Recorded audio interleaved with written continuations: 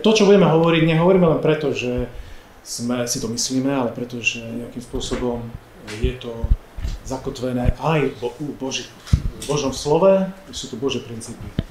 Takže na začiatok by som sa modlil, potom by sme išli na tú tému a budeme možno aj troška preskakovať, ale v každom prípade, kedykoľvek nás môžete zastaviť a povedať, že toto by som chcel vedieť viacej, alebo toto nesúhlasím, môžeme sa aj o tom baviť, máme tu na to priestor. Proste nie je to prednáška len od nás ku vám, ale chceme, aby ste vy boli účastní toho, lebo nie je nič také dôležité v živote človeka. Sú také rozhodnutia a tieto rozhodnutia sú veľmi dôležité. Rozhodnutia týkajúce sa partnera, školy, práce najviac ovplyvňuje náš život, ak nie najviac práve to, čo sa týka budúceho partnera. A sami to asi vnímate, že asi to nie je také jednoduché a ľahké a že dôsledky bývajú niekedy aj katastrofálne. A prečo je to tak? Čo sme urobili zle? Ale prečo urobili to iní zle? Skúsme teda hľadať odpovede v Božom slove. Pane Ježišu, ja ti ďakujem za možnosť tu nabyť a za možnosť teba oslavovať aj skrze takú úžasnú tému, ako sú vzťahy, pretože ty si Boh, ktorý má vzťah. Máš vzťah ako Božia Trojica. Vidíme to všetko, že si bol na počiatku, že ste boli ako Božia Trojica na počiatku pri stvorení, že si nás stvoril tak úžasne, že si stvoril muža a ženu, si stvoril manželstvo, si stvoril tu na tejto zemi vzťahy jeden s druhým, si stvoril cirkev, ktoré môžeme fungovať. A vo všetkom tom je tvojim cieľom a zámerom, aby sme teba oslavili. A tak vidíme, že tvoje stvorenie bolo dokonalé, ale to, čo sme do toho my dali ľudia, to poškodilo a narušilo a ten náš hriech to poškodilo. A prosím, v tejto chvíli túžime hľadať to dokonalé, to správne, to pravdivé, čo ty dávaš. Prosím ťa, aby každý, kto tu sedí z mladých, mal z toho požehnanie a niečo si mohol podniesť pre svoj život, aby jeho vzťah s tebou a jeho vzťah s budúcim partnerom bol podľa tvojej vôle. Amen. Amen. Dobre, takže môžeme teda začať. Vlastne sme začali. A začal som tým, že som povedal, že nie je nič také dôležité ako to správne rozhodnutie v živote. A toto rozhodnutie týkajúce sa partnera, ktoré zjavne... Máme tu obrázok? Máme. Nás ovplyvňuje na celý život. Pretože keď si vyberieme partnera a prídeme do manželstva a už sme tam, tak cesta naspäť by nemala byť. Svet síce ponúka cestu naspäť a vonku z toho, ale my ako veriaci ľudia by sme mali vedieť, že toto nie je Božia vôľa. Pán Boh si praje, aby sme žili šťastne, naplnení a dokonca stvoril pre nás pomoc pre mužov ženu a pre ženu muža a každý z nás to môže prežívať ako niečo úžasné. My sme tu ako manželia, ktorí už máme 30 rokov manželstva skoro za sebou a musíme povedať, že každá etapa života je krásna. Je etapa, ktorá je etapou chodenia a hľadania toho partnera a môže sa zdať, že je taká ťažká, lebo všetci už majú partnera a ja ho nemám. Ale to není dôvod sa trápiť týmto. Práve naopak. Čakať a zdržanlivosť je krásna vec. Ale dobre, prídeme k tomu všetkému. Takže poďme postupne po tých slajdoch. Ja by som začal tým, že tu máme taký test urobený. A skúste pre seba, môžete aj nahlas, mi povedať také rýchle odpoveď. Existuje láska na prvý pohľad? Je ľahké odlišiť skutočnú lásku od pobláznenia? Skúste tak si tak ako... Nemusí to mať odpoveď áno, nie. To môže byť zakerné. Toto má podľa mňa. Tí, ktorí sa majú úprimne radi, sa nikdy nehádajú. To je pravda. OK. Pravda. Dobre. Boh pre nás vybral konkrétnu osobu, ktorú si máme zobrať a privedie nás k nej. Proste existuje len jedna jediná osoba, proste niekde v Zambezi žije a presne k tej nás Pán Boh privedie. Alebo máme viac možností. Možno, že je to niekto aj na mládeži. To si asi nemyslíte, no z mládeže. Je lepšie zobrať si nesprávnu osobu, ako zostať celý život slobodný? Alebo ak má dvojica zmysluplný vzťah, môžu pred svadbou aj spolu spávať? Mládež je schopná opravdejšia láska ako starší ľudia. To som tam dal kvôli nám. Dobre, sú to otázky a vidím, že to nie sú jediné otázky, sú ďalšie a ďalšie. Tak poďme na to. Môžeme sa na začiatok predstaviť len tak rýchlo, aby ste vedeli, teda s kým budete rozprávať. Tak polovica vás, alebo teda nejaká časť nás už pozná, ale tak len veľmi krátko, aby sme neboli pre vás takí cudzí ľudia, tak vám otvoríme naše súkromie tak na troška, aby sme vedeli potom je troška komunikovať viac. Nepoznám za tu, kde to poznáme, ale tu na vás, ktorých vidíme prvýkrát. Ja sa volám Jana, Peťo, sme z Košíc, sme manželia 27 Ja už poviem 30. Ja to zaokrúhľujem hore. Áno. Máme asi viac rokov ako vaši rodičia, čo ma teda niekedy desí, ale tak prezradíme, že máme okolo 50. Jeden tesne pred a druhý tesne po. A tá téma vzťahy je nám blízka veľmi. V Košiciach v zbore robíme s mládežou, s dorastom a nejdeme vám hovoriť tento seminár, pretože sme experti alebo nejakí skúsení, ktorí prešli chodením bez nejakých chýb. Práve naopak. Veľmi by sme chceli, aby ste sa poučili aj na našich chybách a preto ja budem niekedy vstupovať Peťovi do toho, čo hovorí, len preto, aby som dala nejaký konkrétny príklad, aby ste si to vedeli predstaviť, takže neskáčem mu zvyčajne do reči, ale teraz budem musieť. Dúfam, že sme si všetky veci dohodli vopred.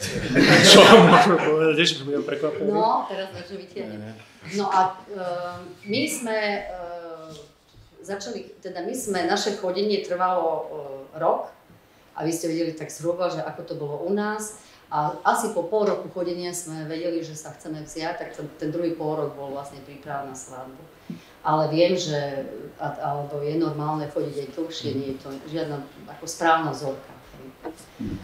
Len vám hovorí, ako to bolo u nás. No a máme 4 deti, už v podstate skoro dospelé a veľmi sa tešíme, že ste prišli a že vás zaujíma táto téma, lebo je veľmi dôležitá. Ja teda, ako už len poviem zo svojej skúsenosti, ja som mala veľkú bázeň pred Pánom Bohom, že koho si vezmem a bude to aj tam v jednom slajde, že keď som uverila, tak som sa začala modliť za svojho partnera, lebo som to brala veľmi vážne, lebo som videla manželstvo svojich rodičov a nechcela som tak žiť, že sa proste každý deň skoro hádame. Tak pre mňa to bolo také veľmi dôležité mať partnera, ktorého mi Pán Boh vyberie. A tak som mala veľkú bázeň, aby som ho v tom poslúchala, tak som bola ochotná čakať. A vyplatilo sa, tak aj vám to odporúčam. No tak môžeme začať. Na začiatok celkom dobre, ne? Dobre, môžeme ísť. Tak hovorili sme o tom tam rozhodnutí a dnešná spoločnosť je taká, že dneska, povedzme si to otvorene, dneska mám pocit, že tých partnerov si vyberám ako keby sme nakupovali. Čiže a tak sme tlačení. Keď si pozriete Instagramy vašich ľudí, ktorých sledujete, možno nejakých máte influencerov, ktorí možno máte akože máte follow na nich a teraz oni vám to ukazujú a aký je ten život krásny, tak sa vám zdá, že tak to by som aj ja chcel žiť. Je veľký tlak z vonkajšieho prostredia proste na to, aby keď nemáme ešte niekoho, aby sme niekoho mali, to v prvom rade, a keď už niekoho máme, alebo teda už by sme mohli mať, že kto to bude, ako bude vyzerať. A tie hodnoty sveta sú iné, ako sú tie biblické. Hodnoty sveta naozaj sú tie povrchné, ktoré nás veľmi rýchlo zlákajú, veľmi nás nažhavia. A čo sa stane potom? Potom prídeme do toho vzťahu a zistíme, že ale on taký nie je. Pretože vieme, že dneska už je úplne jednoduché sa na Instagramovom profile tváriť, že som niekto iný, alebo na Facebookovom profile, ako v skutočnosti som. A dokonca sa to aj nazýva, majú na to odborné názvy, keď ty sa pretvaruješ, zvlášť pre toho druhého, ktorého chceš dostať. Vieš, že má rád kone, tak ty sa odfotíš s koňami. Vieš, že rád cvičí, no tak aj ty začneš cvičiť a na Instagrame si dáš fotku z posilky, aby ten druhý videl, že aj ty si ten typ. Ale čo sa potom stane, že keď sa dáte dokopy, tak vy zrazu nie ste kompatibilní, lebo vy ste fejkovali cvičenie, on možno fejkoval tiež a v skutočnosti ani obidvaja nejako nesedíte do toho a proste ste si nepovedali pravdu úprimnú. Preto si myslím, že pri chodení je potrebné, aby sme poznali tú pravdu. Ale poďme ďalej.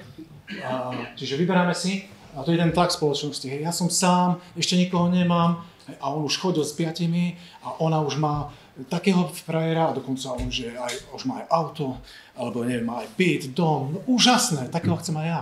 Je to veľký tlak. Ja vám poviem, ja som to tiež prežíval v našej dobe a ja vám vôbec nezavidím v tej vašej dobe, teda je to aj moja doba, ale ja už to nemusím riešiť, hej, rozumiete? Ale v tej vašej dobe je to ešte ťažšie nájsť tú pravdu, tú skutočnosť, aký je ten druhý človek skutočný. Hej, pretože veľa sa skrýva za také, by som povedal, akože chceme vyzerať najlepšie. To vždycky platilo. Ja som chcel ísť na rande, tak som chcel najlepšie vyzerať. Hej. A moja manželka ma nemohla spoznať, Janka, takého, akého som, pretože rande, tam každý ide do toho najlepšieho. Hej, tam ideme najlepšie tričko, čo si oblečiem, najlepší sprej, najlepšie miesto. A je to krásne, romantické, ale nie sme to my úplne praví. Hej. A čiže tie vzťahy, to je ťažká vec, preto ideme tým, že čo robiť, keď som single. Začneme týmto. Potom budeme riešiť, čo už, keď máme niekoho, alebo ako by sme hľadali. Ale môžeme zistiť, teda neviem, či je to blbé, ale môžete zdvihnúť ruku, kto má niekoho, že kto je vo vzťahu. Okay. Tak polovica, dobre. A teraz predpokladám, že druhá bude, že ste single. Dobre. Tak vy si to kontrolujete, čo ste vo vzťahu. Takže poďme na to single. Taký prvý bod by som povedal, dobre, nemáš nikoho, nemusí sa ponáhľať. To vám každý povie, ja viem, že to tlačia. A veľmi dôležité je, ako kresťania, aby sme udržiavali jednu vec. A to, veríme to, že by sme mali byť čistí. Mali by sme pred Bohom, mali by sme v prvom rade zaujímať o Pána Boha. Hej. Kresťan má mať na prvom mieste, Matúš 6.33, hľadajte najskôr kráľovstvo Božie a všetko ostatné bude pridané. Áno, je tu tlak, ale ty, ako kresťan, maj na prvom mieste Pána Boha a aj toho partnera ti Pán Boh dá. A my máme jednu vec, chlapci, udržiavať sa v čistote, dievčatá udržiavať sa v čistote. Dneska sa môže znečistiť na 3 kliky. Na 3 kliknutia, nie 3 kliky také. Na 3 kliknutia na mobile, na 3 kliknutia na počítači a už si tam, kde by tvoja myseľ nemala byť. Koniec. A svet nám chce povedať, že to je v poriadku, nech nás poznávame takéto veci, hej, telesné, viete, o čom hovorím, hej, takže nemusím to vykresľovať. Nie je to v poriadku. Naša myseľ sa začne pretvárať. Je to aj dokázané, že treba napríklad závislosť na pornografii nás zmení. Že závislosť na vzťahoch ako takých nás zmení, hej, že sme treba sprelietaví a nevieme sa usadiť, že je to dobrý pocit, ktorý prežívame, ale ničíme tým druhého človeka. A preto na prvom mieste je čistotu, ktorú by sme mali mať s Pánom Bohom, pretože, verte alebo nie, každý z vás chce mať toho partnera takého, aby bol čistý a neprelietavý. A tu je taký, čo by chcel povedať, nie, ja chcem takého skúseného a prelietavého, tak ja nemám čo k tomu dodať. Ja si myslím, že práve táto skutočnosť, keď ty očakávaš, že ten druhý by mal byť taký, tak ty buď taký prvý. A to znamená chlapec, buď čistý, dievča, ty si stráž svoje panenstvo, stráž si svoju osobnosť, pretože keď teba budú popisovať, ty si taká prelietavá, tak ťažko sa ti bude dať vydať. Ťažko ťa budú hodnotiť chlapci, no dobre, možno z druhej mládeže ťa nepoznajú, tak to je výhoda, ale z tejto mládeže už niekto. Možno, že hovorím kruto, ale je to tak. Chlapci tak rozmýšľajú, chlapci síce povedia, že majú radi dievčatá, ktoré sú vyzývavé, ale v skutočnosti také nechcú. Poviem to za manželky. Chceli by také za milenky, hej? Ale že takto to nefunguje. Hej? Čiže ty ako chlapec chceš sa oženiť s niekým, to bude tvojou manželkou, milenkou, priateľkou, všetko v tej osobe, v tejto pomocou, ako hovorí Pán Boh, učinil som ti pomoc, to je na celý život. Wow, toto sú veci. To až, pomaly si povedať, až taká žena neexistuje. Hej? Že, ktorá vie, ktorá by bola mojej pomocou, mentálnou a tak ďalej. No, ideálna nie je, ale existuje určite, keď sa bude podriadovať Pánu Bohu. Preto prvý bod je ten, že zachováme čistotu a nasledujeme Pána Boha. Nemáme čo k tomu viacej povedať, len toto, a je to najdôležitejší bod, si myslím, v tom celom. A druhý bod je, postav si normy. Neviem, ako ty chceš k tomu povedať niečo? K tomu prvému. No, ja len, aby ste si dali pozor, ja asi už veľmi až tak nerozumiem tomuto svetu, v ktorom ste vy, ale rozumiem určite tomu tým, že sa stretávam s mladými a rozprávam sa s nimi, že strašne veľa hrozieb máte cez ja to tak zovšeobecním, že cez internet, ale podľa mňa aj strašne veľa klamstiev zo sveta. Že keď tu Peťo spomínal pornografiu, tak ja som sa stretla s názorom, ale nie že s názorom, že som to počula, ale že reálne, že tak keď sa ožením, tak to skončím, lebo už mi to nebude treba. A to vôbec nie je pravda, že to je proste závislosť. A potom tá závislosť zničí tvoj sexuálny život do manželstva. Potom sa trápite s rôznymi inými vecami. Ja viem, že to tak ľahko znie, že nasledujú Pána a udržujú sa v čistote, ale ja tomu veľmi rozumiem, že to je veľmi ťažké sa udržať v čistote, ale je to zápas. A nemyslíte si, aj my sme to museli prezápasiť, my dva konkrétne, aj naša generácia, a dá sa to. Ak túžiš potom, aby si išiel po Božích cestách, tak Pán Boh ti naozaj pomôže a ak už si sa vydal a ochutnal niektoré z týchto vecí, že pornografia, masturbácia, ja neviem čo všetko, akože sa vás týka, vás prenasleduje, alebo máš pocit, že si dievča, si zrazu na dievčatá, alebo si chlapec, si na chlapcov, asi z toho taký zmetený, tak určite, ak patríš Pánu Bohu a poprosíš ho, aby ti odpustil, aby ti pomohol nasledovať ho v čistote, tak určite sa to stane. A to vám vravím z vlastnej skúsenosti. Takže nenechajte to tak a neznižte si tie laťky veľmi nízko, že tak budem to robiť ďalej a nič sa nedieje, nikto to nevidí. Ničí to váš život, vaše vnútro a keď prídete do manželstva, tak to bude ničiť váš vzťah, pretože sa naučíte riešiť určité veci sami a nepotrebujete na to partnera, čo je veľmi zlé, lebo manželstvo je o tom, že ty si berieš toho druhého, aby si naplnil jeho potreby, nie aby si naplnil vlastné potreby. A to sa týka všetkého a to sa týka aj tej sexuálnej oblasti. A tie dnešné moderné praktiky vedú práve k opaku, k egoizmu a k sebeckosti a k tomu, aby ja som bol šťastný, aby ja som mal naplnené svoje potreby. Manželstvo je práve opačné. Manželstvo, ktoré Pán Boh naplánoval. Tak to myslím. Dobre, tak ideme na bod číslo 2, aj keď tento bod prvý bol najdôležitejší a sme sa tam zdržali. Bod číslo 2 je taký, že treba si postaviť normy teraz. O čom to hovoríme? Hovoríme o tom, a už asi to poznáte, keď sa človek zamiluje, keď sa chlapec zamiluje, hovorím zo svojho, tak nerozmýšľa normálne. Aj dievča, podľa mňa. Aj dievča? Dobre, takže je to potvrdené. Takže dobre. Aj chlapec alebo dievča. Preto si treba premyslieť už vopred, ako chcem chodiť s niekým, koho si chcem zobrať za budúceho partnera, aké sú moje kritéria. Pretože, chlapci a dievčatá, keď by ste chceli, tak aj dneska sa môžete vydať a oženiť. Stačí znížiť laťku dole. Poviete si, nemusí byť kresťan. On stačí, že chodí do kostola. A dám ju ešte nižšie. Nemusí chodiť do kostola, stačí, že so mnou súhlasí, že ja môžem chodiť do kostola. Nebude to fungovať. Nebude to fungovať. Čiže toto je veľký pozor. Už teraz si nastaviť kritéria, aký má byť ten môj partner a ako bude vyzerať to moje chodenie. Pretože keď na to príde, keď to na mňa prišlo, tak som zisťoval, my sme začali rovno boskom. Rovno sme sa držali a sme povedali, tam sme porušili všetko, čomu veríme. V tejto chvíli. Dobre, a ty sa smejete, že to bosk, šaledáci, to nič není. Dneska sa začína inak. Áno, tým chcem povedať, že museli sme sa vrácať naspäť, lebo sme už vedeli, mali sme načítané knižky. Aj tak to nás nezastavilo, že sme veci neriešili tak, ako by sme chceli. Normálne, pretože sme boli zamilovaní a tá sila toho priťahovania toho jeden druhého je taká silná, že to je silnejšia ako gravitačná sila, to je väčšia sila ako elektromagnetická, aké všetky sily, ktoré ja poznám, to je proste sila. Koniec, bodka. Funguje to a vtedy ty potrebuješ mať už nastavené normy, aby si odolal. Modli sa za svojho partnera ešte skôr. Takže... Dúfam, že to robíte a ak nezačnete dnes. Áno. Sme kresťania. Pán Boh vás najlepšie pozná. Tak.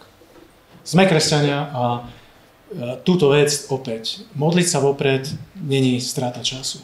Je to proste Pán Boh vám, už len tým, že sa modlíte za to, už rozmýšľate nad tým, aký by mal byť.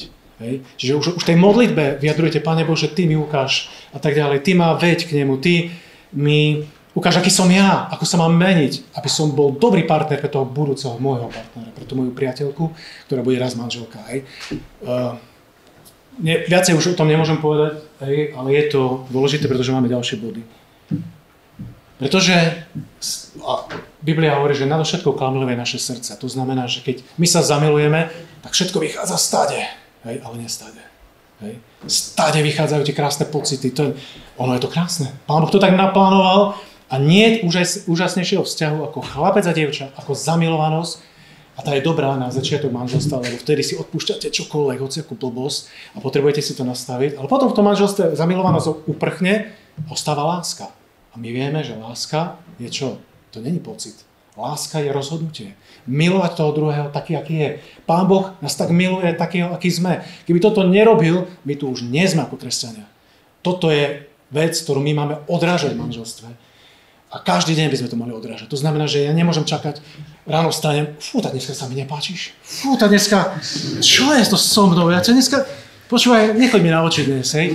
Tak, kde to tak nemôžeme fungovať, priatelia? V svete to tak funguje niekedy. Jednoducho sa tam zobudí ten chlapec a sa si prehodnotí život a povie, končím, ja odchádzam zo vzťahu. Hej. Nie, pozor. Aj keď vyprchá zamilovanosť, aj keď vyprchajú pocity srdca, niekedy je to aj dobré, hej, že vyprchajú, tak prichádza na scénu láska, ktorá miluje bez ohľadu na to, aký ten druhý je. A zrazu si uvedomíte, že naozaj je to krásne, krajšie dávať, ako brať.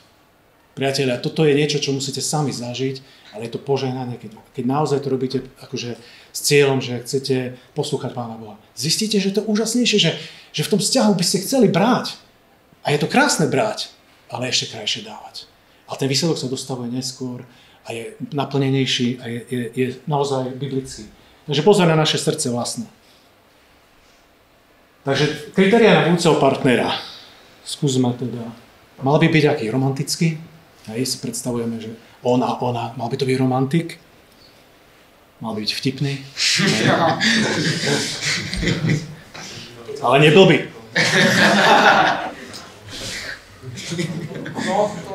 Takže, OK, toto sú tie naše predstavy a teraz poďme biblické. Keď sme rozmýšľali nad tým, tak Biblia nenájdete, že Tesalonickým a teraz. A čo sa týka chodenia, ja vám prikazujem toto. Ešte k tomu prídeme. Alebo to teraz povieme. Čo si myslíte, čo hovorí Biblia o chodení?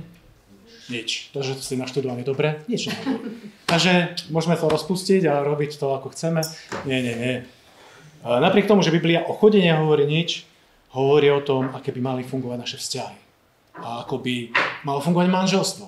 A manželstvo je vlastne to, kam má smerovať naše chodenie. Takže my si požičiame tie princípy manželstva na to, aby sme si povedali, že aké má byť to naše chodenie. Takže prvá vec je z Božieho ľudu. Biblia zvýrazňuje veľakrát, aby ten náš partner bol veriaci človek. A ako keď sme kresťania, tak chceme veriaceho človeka. A tu chcem povedať to, že nemá to byť len veriaci človek, v zmysle, že povie, že sa hlási, že chodí do kostola, ale že to má byť niekto, kto sa hlási, ako ho vidno, že miluje Pána Boha, že mu slúži, že poradme, že čo by sme tak, že sa modlí, že ho nasleduje, že zápasí, že o ňom hovorí, že ho má na prvom mieste. 2. Korinským 6.14. Neťahajte cudzí jarno z neveriacim. Biblia nás sú aj iné verše, vybrali sme tento. Čiže začiatok je taký, nemôžeme si namýšľať, že keď bude ten partner neveriaci, že ten vzťah bude dobrý a že to manželstvo nakoniec požehná a že to bude dobré. Tak ja len ako... Ako môže sa stať zázrak. Ale na to by som sa nespovedala. Také praktické príklady, že reálne, čo sa stali, hej, že nám veľmi blízka osoba bola zasnúbená a potom uverila v Pána Ježiša, ale ten jej partner neuveril v Pána Ježiša, hej, a teraz sme boli také veľmi blízke a teraz ona tak riešila, čo mám robiť, že už máme zásnuby a už sa pripravuje svadba a teraz my sme naozaj, už sme boli také mladé kresťanky a sme to nevedeli vyriešiť, rozhodnúť, že čo by trebalo robiť.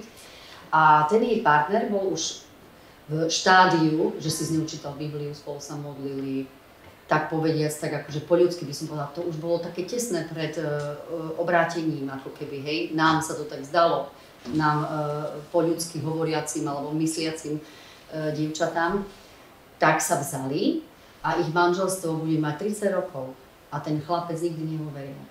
A na začiatku to možno bolo dobre, on jej nebránil chodiť do kostola, narodili sa im deti, nebránili im chodiť do kostola, ale keď prišli nejaké problémy, tak jeho prvý nápad, ako vyriešiť problém, bolo, že sa rozvedme. A nemali rovnaké zmýšľanie v mnohých veciach a nemajú ho ani dnes.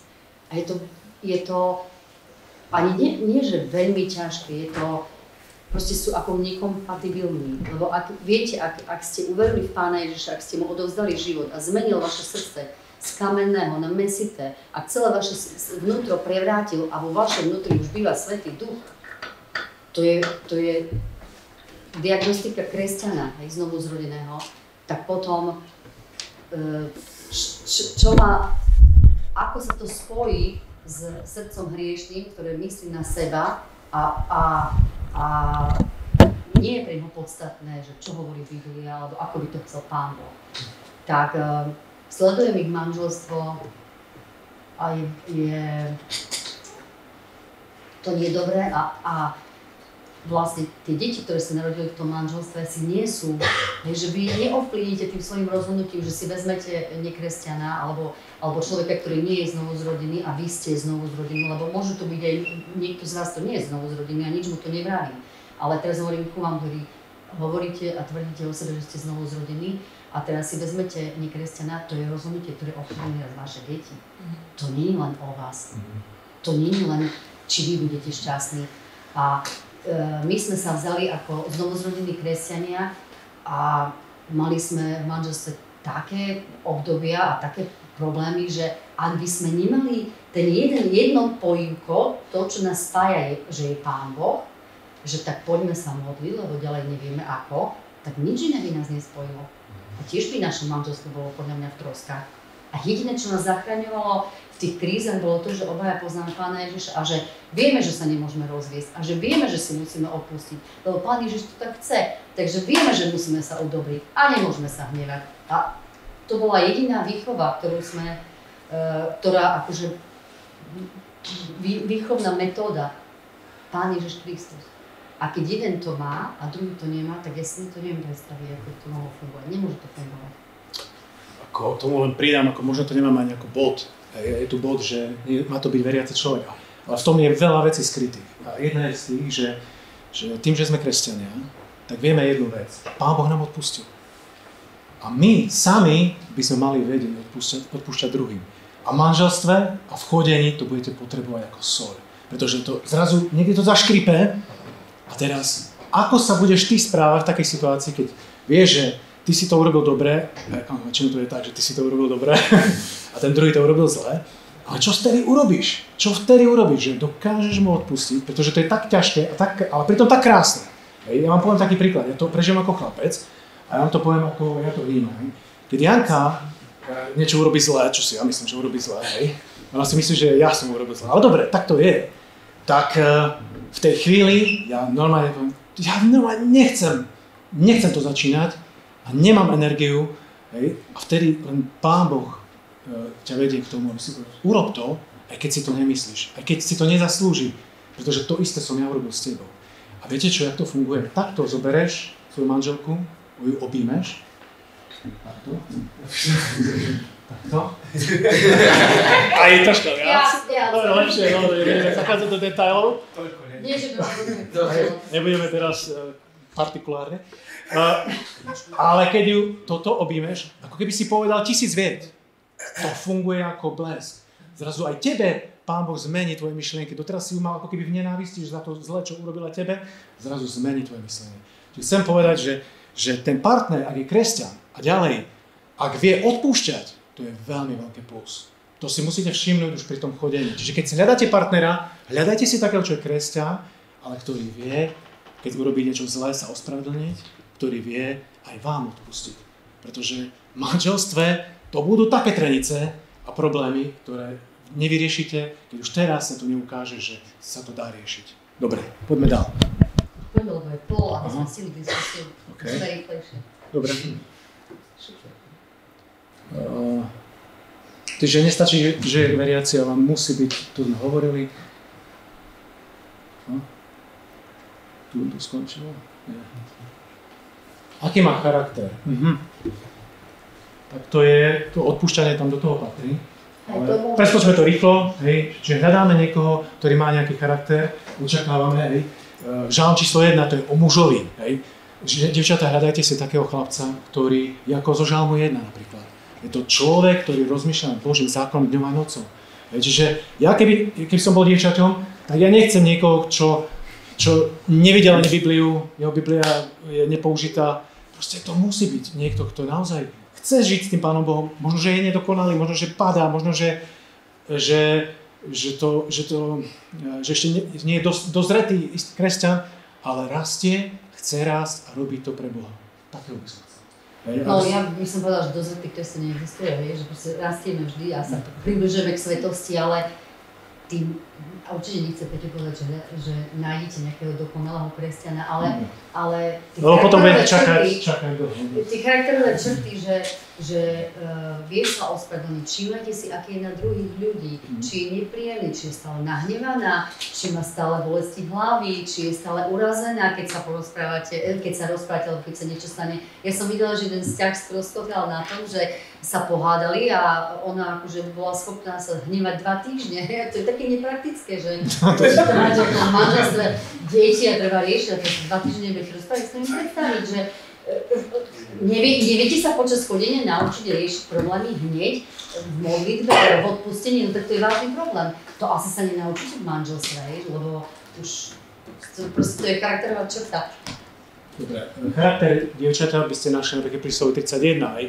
Keď to prečítate, čo to nie je na dnešnú dobu, ale určite tam nájdete body, ktoré sa dajú, že je pracovitá, že čo tam je také zaujímavé pri slovi 31, stará sa o druhých ľudí, šije veci pre ďalších a tak ďalej. No pri slove 31 mňa vždy tak akože deprimovalo, lebo to po ňom žena nedokáže, tam zhasne svieca, kedy má spať, ale určite si všímajte tie charakterové črty dievčat, že ja napríklad príjete na návštevu, a teraz tam, alebo hoci kde, a teraz či to dievča si všimne, že môže napríklad má príležitosť pomôcť, že či je ochotná stáť a s niečím pomôcť, alebo len sedí tam ako taká kváska, za stolom ani sa nepohne, že ja to vidím na dorastie, tie dievčatá sú také zlaté, že vidia, že ja umývam riad a mi prídu, že pridajú sa ku mne, no to je dievča do koča aj do voza, že vie priložiť ruku k dielu, tak by som to povedala,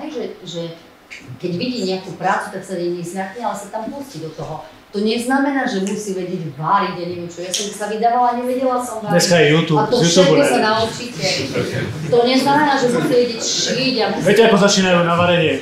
Dobre, tak dneska si uvaríme segedy. Budeme potrebovať panvicu, toto a už to ide. Proste najviac Američania hovoria 10 minút o panvici a potom už konečne varia. Takže si všímajte ten charakter, Dobre. To sú také praktické veci. Poďme dál. Preskočíme niektoré veci. No, je to ten pravý. Prichádzame aj k takému bodu, že už sme, povedzme, že sme už v nejakom vzťahu a teraz ho prehodnocujem, pretože kým s niekým chodíme, teda viem, že Biblia nehovorí o chodení, ale približujeme sa k manželstvu, tak to nie je status. To znamená, že už je to status a už je raz tak dané. Nie. Chodenie, už keď sme v takomto vzťahu, je čas, kedy chceme spoznať toho druhého pred manželstvom, netelesne, ale spoznať jeho mentalitu, či sa k sebe hodíme a tak ďalej. A preto sa pýtame otázky. Ale je to správne otázky. Že hodnotíme a tu chcem povedať, že to neznamená, že teraz keď prehodnotíme, že to nie je ten správny partner, že to je niečo hriešne, že sa rozídeme.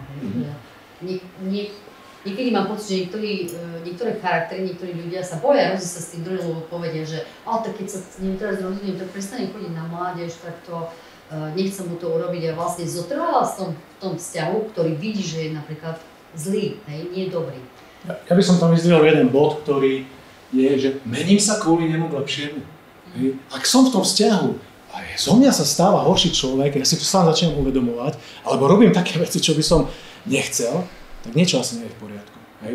Čiže ten partner, hej, budúci manžel, manželka by ťa mal viesť k tomu, aby si bol bližšie ku Bohu, nie ďalej od Neho. Hej. Čiže to je dosť dôležitá vec. A sú to ďalšie, je stále duchovné dieťa, je pasívny, alebo ma dokonca odvádza od Boha. Takže pozor na také niečo. Hej. Je to tá pravá? Dáme tu nejaké body. Okay. Miluje a poslúcha Boha, je mi pomocou a tak ďalej. Je manipulatívna a šterivá, často sa uráža, vie si priznať vinu. Sme to ako nejakým spôsobom aj spomenuli. OK. To sú také body, ktoré sú praktické, ale ktoré určite potrebujete si prejsť, pretože... Ja len teraz som pre tých, ktorí sú vo vzťahu, nie, že teraz zistíte, že niečo tam vám nesedie, nech sa rozhodíte, hej. To bude... A ešte poviete, Jurčovci povedali, tak toto nie je. Keď ako 3 z 5 nám nesedie, tak sa nejdeme rozchádzať, hej, ale idem diskutovať s tým partnerom o tom. Ak to všetko sedí, tak... A keď to všetko sedí, tak si vydal. OK. No a potom prichádzame k bodu, že si niečo nastavíme, niečomu veríme a ako vieme, aj u Adama a Evy na začiatku prišli kompromisy. A toto je vec, ktorá sa stáva v tým našich vzťahoch, lebo som povedal, že aj dneska sa môžete vydať oženiť, keď znižíte laťku. My totižto, keď sa zamilujeme, sme schopní tomu druhému ako keby tak odpúšťať, alebo prehliadať tie chyby, neriešiť to, jednoducho, hlavne, aby ten vzťah vydržal. Nebudem sa na to kúkať, je povedzme namočený v takých nečistotách, ale ja ho mám rada, je taký fešák a neviem, alebo má motorku alebo neviem, má už aj auto, hej. Proste má to viac premôže ako tieto dôležitejšie veci. Preto si nemôžeme urobiť tie kompromisy, musíme včas zareagovať, nebáť sa urobiť niekedy aj ťažké rozhodnutie, pretože kým sme ešte vo vzťahu chodenia, aj toho, čo Biblia o tom nehovorí nič, tak je to vždycky lepšie, ako keď sme už v manželstve. V manželstve tam nemôžete teraz riešiť to rozvodom. To nepripada do úvahy. To je Pán Boh stvoril manželstvo tu na zemi. No, ja som jednu vec zistil, že manželstvo v nebi nebude. Hej. Ako niektorí sa možno tešia, ale ja sa neteším, pretože ja mám rád manželstvo. Vnímam to ako krásnu vec, ktorú stvoril Pán Boh. A každé obdobie je krásne. Obdobie bez detí, obdobie s deťmi, obdobie puberty. Ľudia, puberta, hej. Niekto vás povedal, že vnúčata sú odmenou za to, že ste nezabili vaše deti počas puberty. Tak áno, tak už sme rádi, že to prechádza, 4 deti, už len jedno. Takže puberta. Však uvidíte. Príde to aj na vás. Ale je to krásne obdobie nakoniec, pretože ste dvaja na to, riešite to spolu a viete, že áno, puberta bola aj u nás. Prešlo to, modlíme sa, Pán Boh to má v rukách a tak ďalej. No poďme. Poďme ďalej. Čiže kompromisy, ne? Predsa je tu jeden taký veršík, že v žalmoch sa hovorí, že podľahli žiadostivosti na púšti, v pustom kraji pokúšali Boha a Pán Boh im dal, čo si zažívali, ale dopustil však, aby chrádli. Chcem povedať, že niekedy možno ideme do toho vzťahu tak na silu, že tak si to prosí, Pane Bože, chcem toho druhého, daj mi ho. Pán Boh vám dá. Pán Boh vám dá toho partnera, ale nebude to také požehnané, ako by to mohlo byť. Niekedy nám Pán Boh dá veci, po čom žiadame, ale možno, aby nás potrestal, alebo aby povedal, OK, ty si sa rozhodol, ja som ti to dovolil. Neviem. Nemám na to teóriu, ale tu z toho textu vidím, že Pán Boh im dal, ale dopustil však, aby chrádli. Takže pozor aj na také niečo. Ideme dál.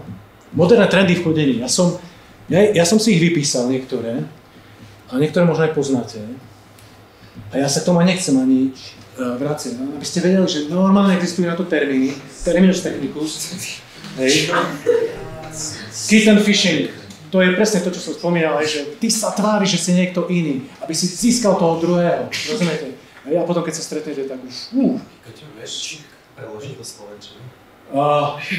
Instagram standing, to je tiež niečo podobné, že na Instagrame máš profil tak nastavený, aby si vyzeral príťažlivo pre toho druhého, koho by si chcel získať.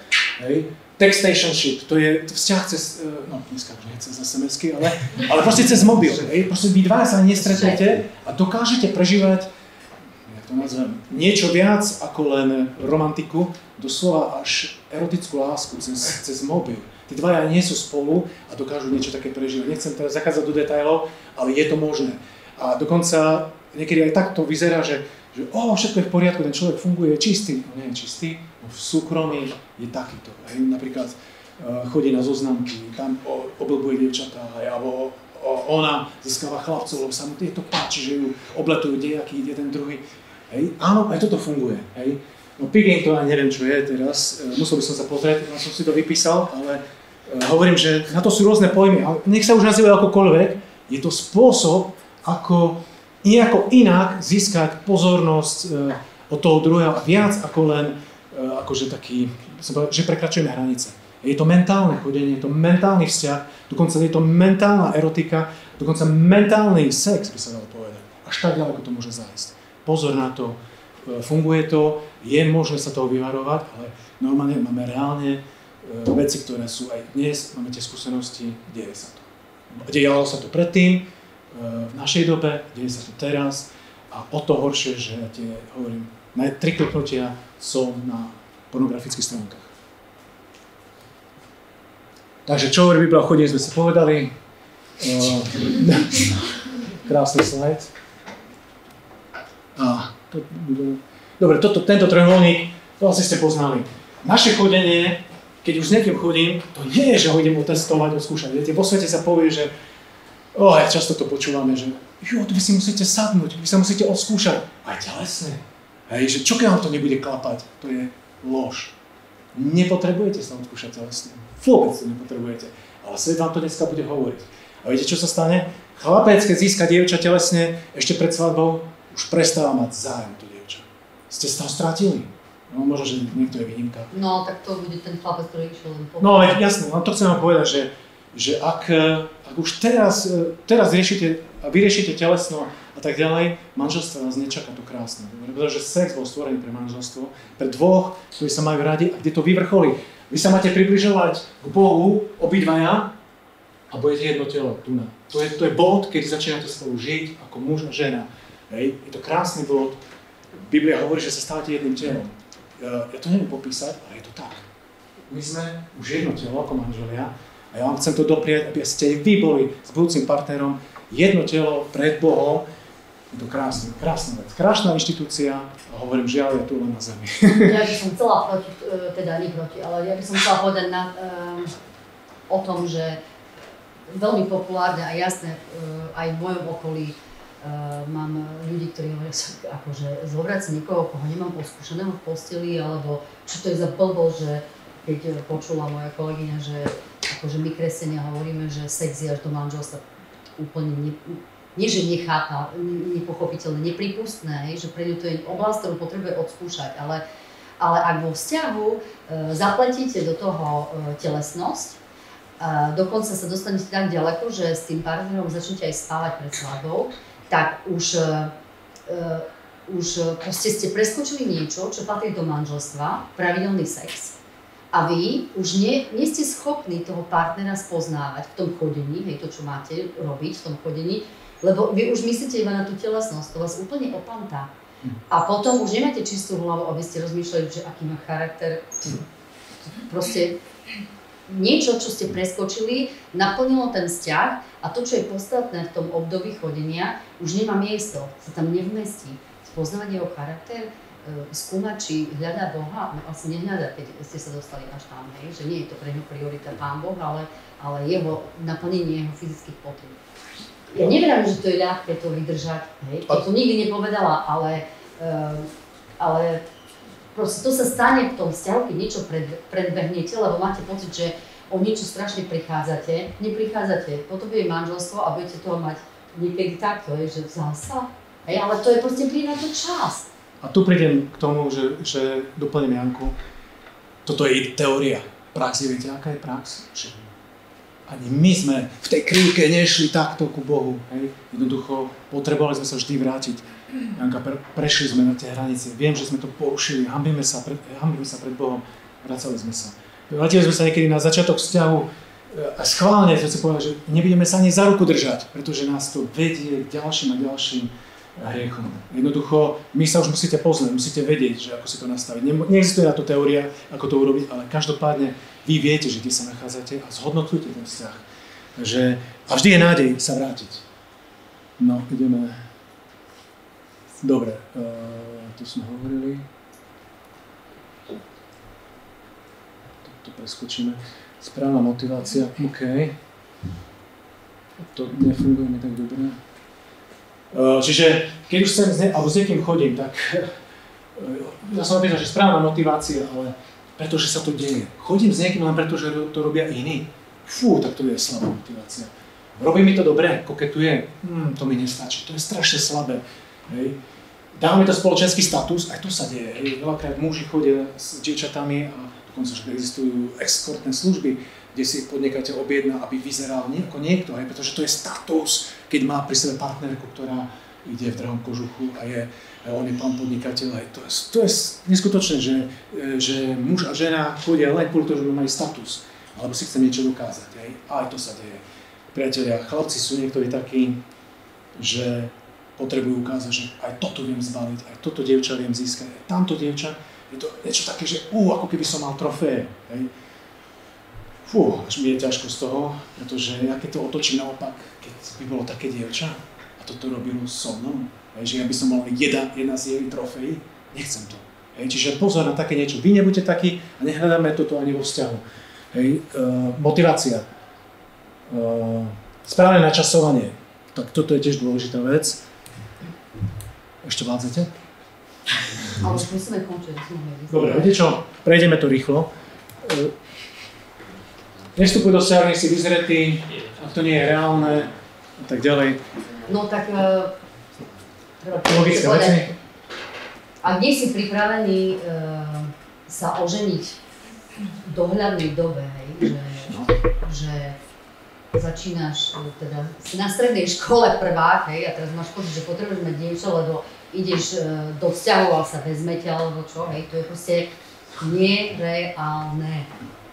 Poprvé si ešte v pubertálnom veku a ešte sa veľmi zmeníš. Chlapci do 21 prežívajú pubertu, dievčatá do 18, alebo neviem, ak píšu knižky, ale proste ešte prežívaš to obdobie veľkých zmien v tvojom tele, v tvojej mysli, v tvojej hlave a teraz ty ideš do niekoho vzťahu a čo chceš ponúknuť tomu dievčaťu?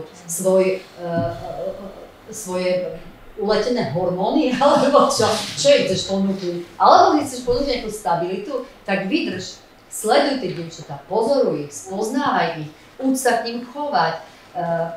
Najlepšie je podľa mňa, čo môžeš robiť v tomto veku, ak si kresťan, nájdi si nejakú službu v zbore a tam spoznávaj tie dievčatá, tam sa pozeraj, s kým si dobre rozumieš, proste choď a tie dievčatá budú okolo teba a ty ich budeš spoznávať a keď nevstúpiš do vzťahu s jednou, s druhou, s treťou, štvrtou, ty vlastne budeš mať krásny priestor, ako ich spoznať a vidíš to dievča, ako sa správa k iným, ako slúži, čo robí, ako sa správa, či koketuje.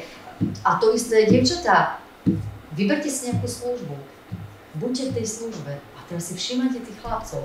Či len flirtuje s dievčatami po rohoch, alebo vidí aj chlapcov, ktorí prídu na mládež, sú mladší, nevedia sa zaradiť a či sa im prihovorí.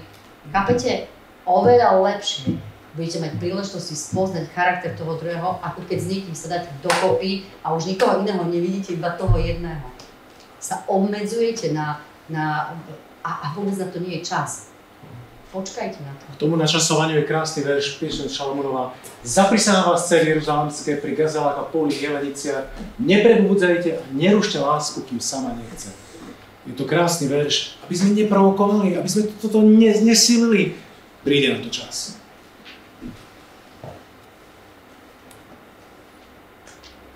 Ešte tých veršikov to bolo víc, ne? Dobre, hranice. Sme to aj trošku načrtli, ale je to podľa mňa dobrá vec. To je to, čo sa máme pripraviť. Ešte predtým, než začneme chodiť, určíme si hranice, ktoré dovolíme, aby sme ktoré podľa mňa, ako nie existujú ideálne, ale aby sme zvládli to chodenie v čistote. Čiže si to musíme tak nastaviť. Čiže keď vás zvádza ten partner a držanie za ruku vás vedie k tomu, že nejakým spôsobom do nečistoty, tak aj to držanie za ruky vyhodne. Ale viete, čo je ešte možno také nepríjemné? Keď sa vás zamilujú, zrazu si prejavujú tú lásku aj pred ostatnými a tí ostatní to musia vidieť. Tak si predstavte, že na mládeži sa tam hladkajú, iskajú, všetko sa deje a oni sú pred ostatnými, ktorí ešte nemajú partnera. To musíte troška byť ohľaduplní voči tým druhým. OK, ste zamilovaní, nerobte to pred ostatnými, tak to okázalo. Samozrejme, že zase nemôžete byť ako pruderní a tak ďalej, ale hovorím, že myslíte na tých druhých, ktorí ešte nie sú vo vzťahu. A že ich možno tým zbytočne lákate. No. Hranice. Vynechať dotyky na verejnosti, vystretávať sa o samote. Toto je veľmi dobrá vec. Keď ste vo vzťahu s niekým, tak nevyhľadávajte samotu, pretože vás to bude viesť ku hriešným myšlienkám, veciam. Ale stretávajte sa, to som už povedal Janka, nám sa stala taká vec, aby sme vám povedali z praxe. My sme sa išli dvaja modliť do zborovej miestnosti. Mali sme kľúč a sme si povedali, aké to je sveté. A vedeli sme, že nie je to dobré. Predsa len, ale však kto nás uvidí, však nemáme kľúč. Tak sme si to otvorili, že sme tam fakt s takýmto úmyslom. Ja teraz nevymýšľam. Viete, čo sa stalo? Prišiel brat starší do tejto miestnosti, úplne nečakane a nás tam načapal. Čo si pomyslel? Aký svätý, modlia sa tu? Nie. Proste sme mali zlé svedectvo v tej chvíli. A čo chcem povedať, že robte veci tak, aby ste ani na to svedectvo nemali zlé, pretože my sme mohli povedať, prišli sme sa tu modliť, a sme to povedali. A myslíte, že nám veril? Nie. A sme si uvedomili, my musíme byť troška o krok vpred tým, čo robíme, že nestačí len to, že my to máme ospravedlnené pred Bohom, ale myslíte aj na to, že či náhodou, ja vám poviem takto, že ako ja ako muž som nebral ženu do auta ako stopárku v samote, tak ako nemám s tým problém, keď to niekto urobí a ja osobne som to tak nevedel zobrať. Čiže keď tam som bol ja sám s iným dievčaťom, mi to pripadalo, že to nie je vhodné. Možno pre niekoho je to OK, to beriem, ale ja som si to takto nastavil a tak som to riešil, pokiaľ sa len dalo. Že keď niekoho trebalo zviesť, dievča, OK, tak si so mnou prisadol niekto ešte iný chlapec, aby to bolo, pretože tým tiež dávate najavo, možno niekto vystúpite, teraz to dievča vystúpi z auta, ale niekto vidí, kde bol si, však on má tu na priateľku, rozumiete? To ani si nevedomujete, ako to všetko je poprepájané a vaše svedectvo sa môže pokaziť. A vy nechcete pokaziť svedectvo svojho dievčaťa, napríklad. Aj preto s ňou nebuďte sám. Náš syn sa to ťažko to chápe, keď mu toto hovoríme, pretože sme jeho rodičia, ale možno, že vy mi rozumiete, čo tu chcem povedať. A možno, že nie. Možno, že nie. Okay. My sme mali také pravidlo, keď napríklad už bolo obdobie, keď Peťo k nám začal chodiť domov, ja som mala mám tri sestry, sme boli dievčatá, akože 4 v dome, tak sme sa dohodli, že keď Peťo ku nám príde, takže budeme mať vždy otvorené dvere v detskej izbe, že budeme tam síce sami v tej izbe, ale že tie dvere budú otvorené, aby si tí moje sestry a moja mama a môj otec nenamýšľali, že čo robíme za tými dverami, že nič sme tam nikdy nerobili zlé, ale proste môžu si to myslieť, tak vždy boli dvere otvorené a ak nerobíte nič zle, tak nemáte s tým problém nechať otvorené dvere, A nič sa nedieje. Ale to je taká jedna drobná maličkosť, ktorú môžete robiť. Ja som videla aj na mládeži páry, možno, že dať si taký záväzok, že keď s niekým chodím a vstúpim do tej miestnosti, kde začína mládež, sa rozdelíme, pustíme si ruky, prežijeme to do 2 hodiny, a teraz budeme osobitne dievčatá s dievčatami rozprávať, chlapci s chlapcami, pretože potom po mládeži zase sa budeme milení dva rozprávať, že nestrážiť si ten čas tak úzko, že my spolu teraz chodíme, tak akože ani sa nepustíme a budeme sa tu hladkať pred ostatnými, ale dať si na to pozor. Dobre, a ja som popreskakoval niečo, aby sme sa dostali aj ku diskusii. Mám tu taký veršik, ktorý je na záver, možno mohol by byť iný. Príslovia 28.13. Tomu, kto prikrýva svoje prestúpenia, nepôjde sa šťastne, ale tento vyzná a opustí bude milosrdenstva. Viete, prečo som ho vybral? Vybral som ho preto, že tu rozprávame teóriu, ale prax je iná. To si musíme priznať. Nedokážeme žiť podľa teórie tak presne, ako by sme my sami chceli. A preto chcem povedať, že ale ako kresťania máme jednu veľkú výsadu a výhodu, ktorú využívajme. Že môžeme k Bohu prichádzať kedykoľvek chceme, kedykoľvek potrebujeme, kedykoľvek sme na tom zle a aký sme, v akom stave sme, môžeme k Bohu prichádzať. To je prvá vec. A Pán Boh, keď ty budeš úprimný k nemu a povieš mu, že Pane Bože, tu som zhrešil v tejto oblasti, chcem nápravu, ti pomôže. Ale ty musíš v prvom rade byť ochotný to priznať a vidieť a začať to riešiť. Čiže každý vzťah je niečo, čo musíme aktívne pracovať. Manželstvo nie je niečo, že do neho vstúpiš a nakoniec to pôjde samo. Nie, to budeš musieť ešte viacej aktívne na tom pracovať, aby si rástol ty, aby vaše manželstvo rástlo, aby ste si rozumeli čoraz viac a viac, aby ste sa zbližovali, aby ste ešte viac ako spolu jedno telo prichádzali ku Pánu Bohu. Je to krásne, ale musíte na tom pracovať. Tak musíte pracovať aj na sebe teraz a na tom vzťahu, ktorý vám Pán Boh dá jedného dňa. Ale je tu nádej. Teda nie. Modrá obrazovka smrti. Nie. Je tu nádej, že Pán Boh vám odpustí. Ale musíte byť pravdiví. Preto ešte raz sa vrátim, keď som hovoril na začiatku, že musíme byť pravdiví v tom, aký sme, nepredstierať seba, pred Bohom sa netváriť, že sme iní. Pán Boh vás vidí vás taký, aký ste. Nepretvarujte sa. A nepretvarujte sa pred tým druhým. To sú aj také veci, že vlastne zistíte, že v manželstve, že wow, pre nás bolo nepripustné, že vidieť toho druhého na záchode. Hej. To je niečo, hej. Áno, to je niečo, kde už, áno, to je kusok vášho tela. Nie je to nič strašné, hej, a nebudem zachádzať do detailov. OK. Dobre. Takže tam skončíme. Ešte raz sa vrátim. Niečo sme tu povedali. Ako by som povedal, nakoniec to, ako bude vyzerať váš vzťah, závisí od vás. Ešte raz, od vás to závisí. Nehovorím teraz tak, že teraz akože to nastavujeme, že ako svet hovorí, že šťastie je to, čo si ty zariadiš sám. Ale v konečnom dôsledku je to tak, že aký ty budeš mať vzťah s Bohom, tak sa to odrazí aj na tom vzťahu, ktorý budeš mať ku partnerovi, odrazí sa to aj v manželstve, a v tom, aký vzťah budete mať nakoniec v tom manželstve. A ja chcem len povedať to, že keby ste zabudli všetko, čo sme tu hovorili, tie rôzne pomôcky a tak ďalej, môžete na ne zabudnúť. Ale keď nezabudnete na jednu vec, že môj vzťah s Bohom bude formovať môj vzťah s chlapcom alebo s dievčatom, s ktorým budem chodiť. A nakoniec s manželom a s manželkou, tak to je to najdôležitejšie, čo keby ste si odniesli. Čiže ja vás ale k tomu môžem vyzvať, aby ste rástli Bohu, aby ste sa cítili jeho slovom. Biblia vám dáva toľko návodov, toľko posilnení, povzbudení, napomenutí, čo vám nedám ani ja. Nedá vám to ani váš otec, vaša mama, nedá vám to váš priateľ. Nikto vám to nedá. Pán Boh vám to dá. Toto vy majte na prvom mieste. Pán Boh chce, priority, Boh na prvom mieste. Vždy. V manželstve nakoniec nebude tak, že manželka je na prvom mieste. Aj keby ste to chceli, Pán Boh musí byť na prvom mieste. Pán Boh musí meniť mňa, pretože mňa manželka nezmení. Aj keby chcela. Aj chce. Čiže, ale modli sa za to, aby mňa Pán Boh menil.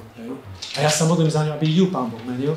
A proste toto je úžasné v tom vzťahu. Tieto vzťahy, toto Pán Boh požehná. Dobre, amen, končím.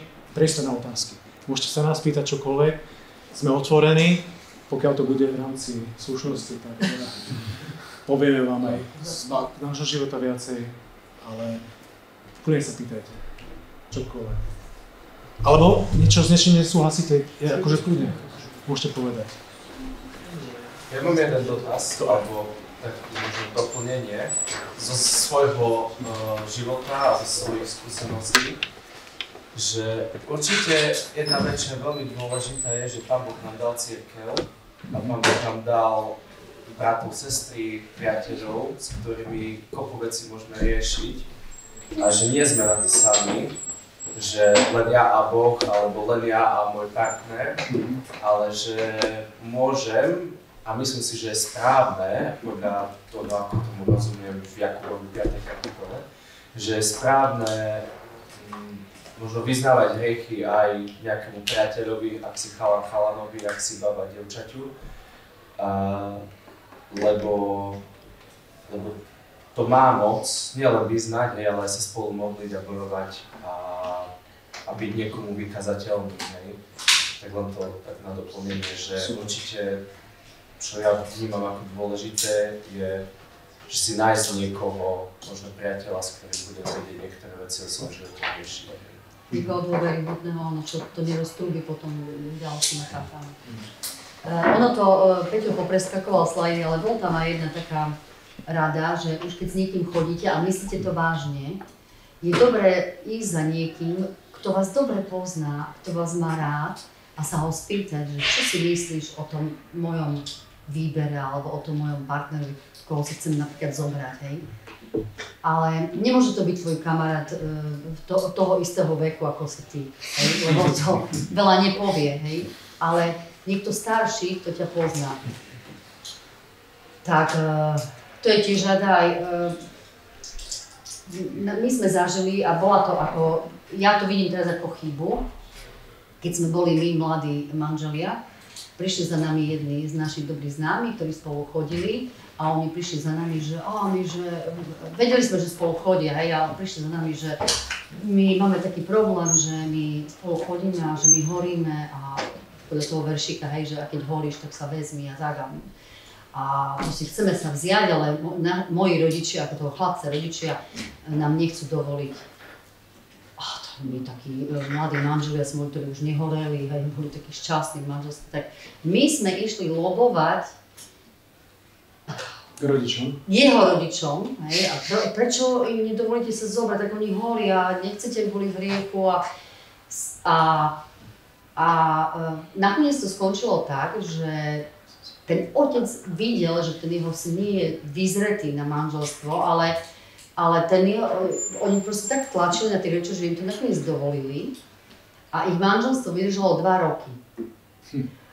A už po roku bol problém, hej, lebo on vyhlásil, že už nemá rád tú svoju ženu. Ale my sme boli takí hlúpi, že sme neskúmali viac, hej, a sme sa nepýtali, a prečo máte s tým problém, že horíte, hej. Nakoniec, po rokoch sme sa dozvedeli, že oni už spávali spolu pred manželstvom, ale to nám nepovedali, hej, že niekedy, že prišli s tým, že majú problém, ale mali oveľa väčší problém. Ale neboli voči nám úprimní. Proste bola to čistá manipulácia a miesto toho, aby sme riešili to, že horíme, lebo sme sa dostali do hriechu, lebo spolu spávame, a keby vyznali ten svoj problém a vrátili sa naspäť, tak mohlo ich manželstvo dopadnúť úplne inak. A my sme im v tom ešte pomáhali. Takže oni urobili chybu, že sa išli pýtať ešte naivných a začiatočníckých manželov, mladých, skoro v podobných ich veku. Že keď chcete nejakú múdru radu, nechoďte so svojím mladším alebo rovnakým kamošom, ale choďte za niekým starším, kto už má niečo odžité, má nejakú skúsenosť a pozná vás a má vás rád. A nepovedal by vám radu, aby vám ublížil.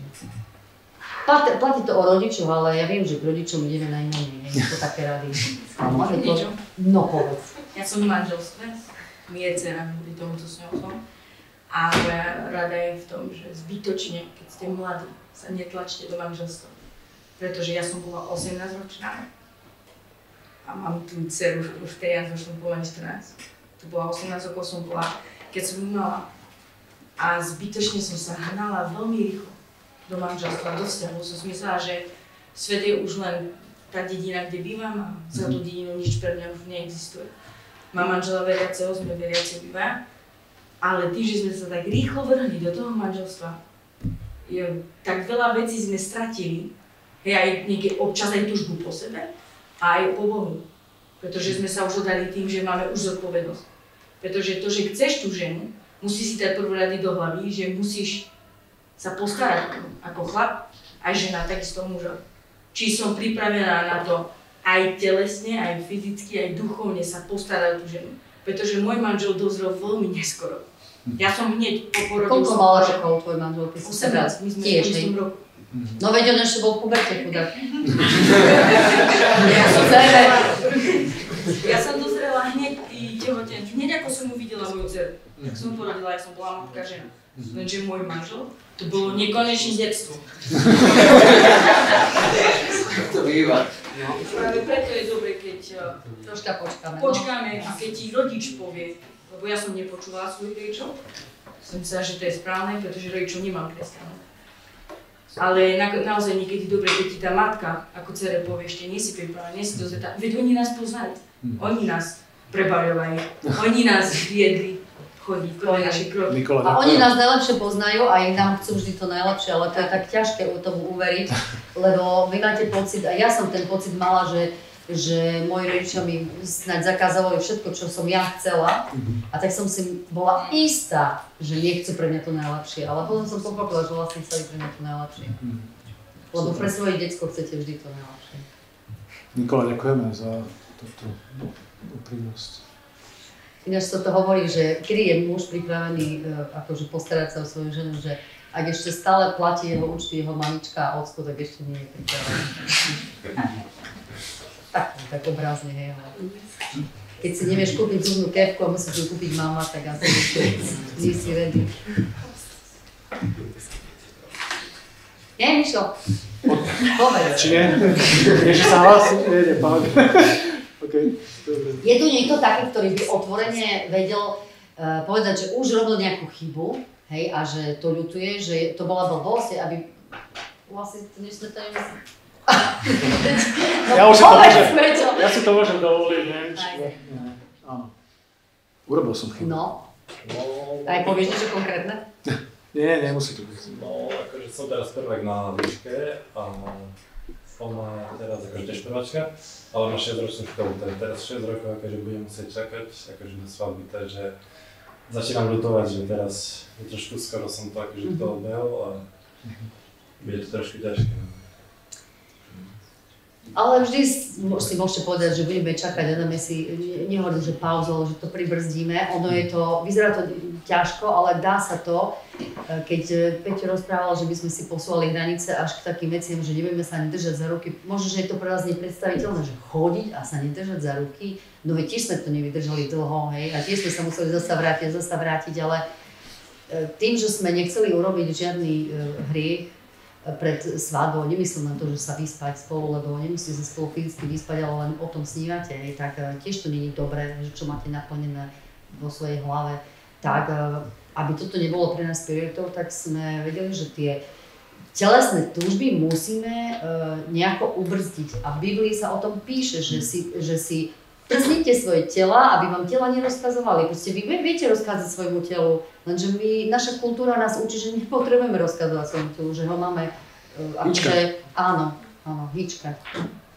Dokonca učí, že to je zdravé, no tak to už je strašné klamstvo. Ja by som sa ešte modlil, keď dovolíte.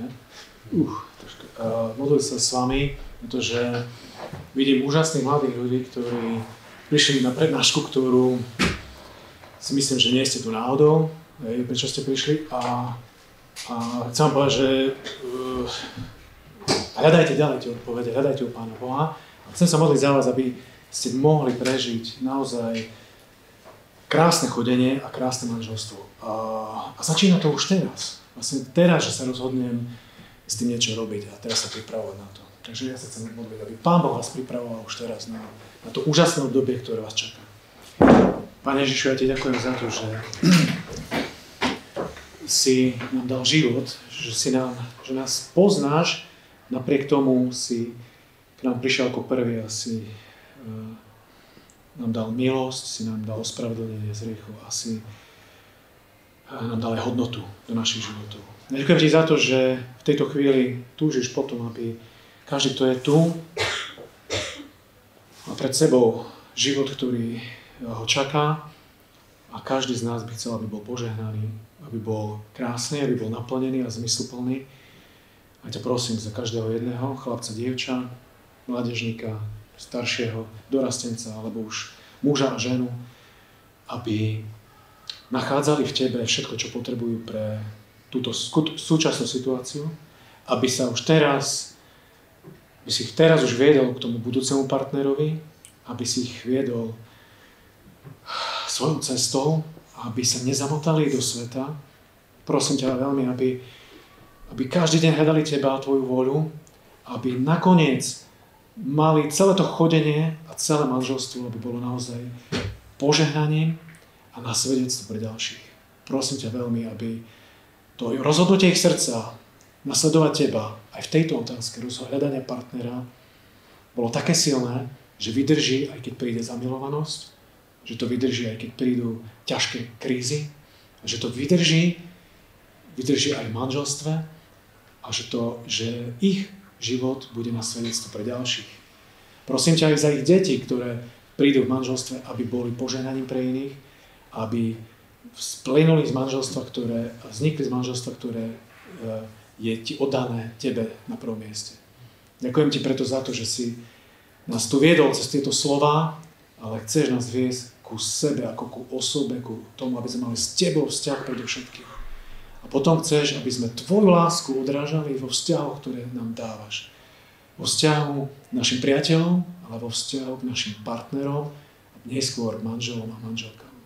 Nech toto, Pane, bude v našich životoch. Nech toto bude pravdou, nech toto budeme každý deň o to zápasiť o čistotu, o vernosť, o danosť, o pravdu, o lásku, o obetavosť, o skromnosť. Toto všetko nech nás naplňa, nech tvoj duch nás premieňa na tvoj obraz, aby naozaj to vzťahy a tie manželstvá boli požehnané. Amen. Amen.